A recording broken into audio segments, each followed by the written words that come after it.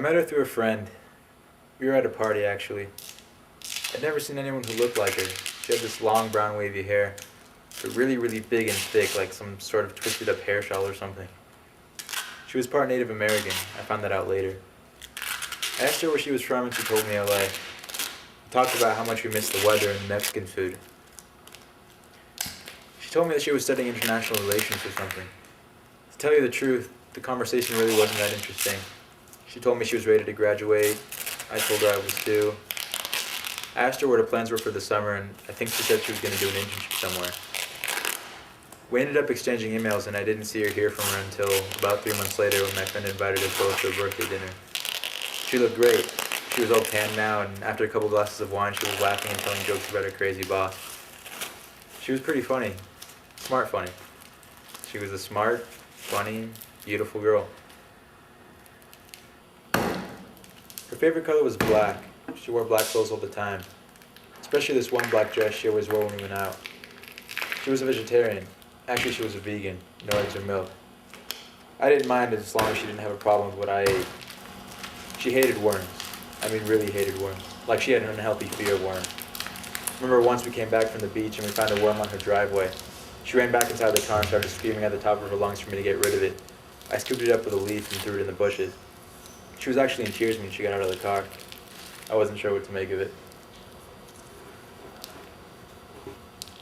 Her brother came into town once and we all went out to dinner at one of our favorite Mexican restaurants. When I ordered a beer, he gave me one of the dirtiest looks I've ever been given and didn't speak to me for the rest of the night. I found out later that she'd been in rehab as a teenager. She never liked to talk about it, but her family as a rule never drank anything in front of her, even though drinking apparently wasn't the main problem. She got kind of upset though when we talked about it, so I didn't ask a lot of questions. She seemed fine now and that was good enough for me. I did wonder though why she couldn't just tell me the truth. A few weeks later she told me she was pregnant. I went nuts, literally nuts. I didn't even want to think about the possibility of having a kid. But she was happy. She was even smiling when she told me, like she had just gotten a promotion or won a contest or something. I couldn't believe it. I told her there was no way I was ready for any of that. To have a kid, to get married, none of it. But she didn't care. She said she was excited and that we'd be fine. What could she possibly have been thinking? Her job paid $12 an hour. I made her take another test and it turns out she wasn't pregnant. Now that felt like winning the lottery. But she still really wanted a kid. She spent the next 2 weeks trying to convince me it'd be a good idea. I couldn't understand what she was thinking. There was just no way she was ready. Why did she think she was? She just wanted to carry it around and show it to her friends and play with it and post pictures of it on her MySpace account. She didn't want to raise it, take care of it. There was no way she was ready for that responsibility. Plus, I was beginning to suspect that she was using some sort of drugs again. I found a bottle of Oxycontin inside a jar in her bathroom and in the next few weeks she pretty much confirmed it. We talked about it and she ended up admitting it. But she said she was fine and that she'd been doing it since October. October.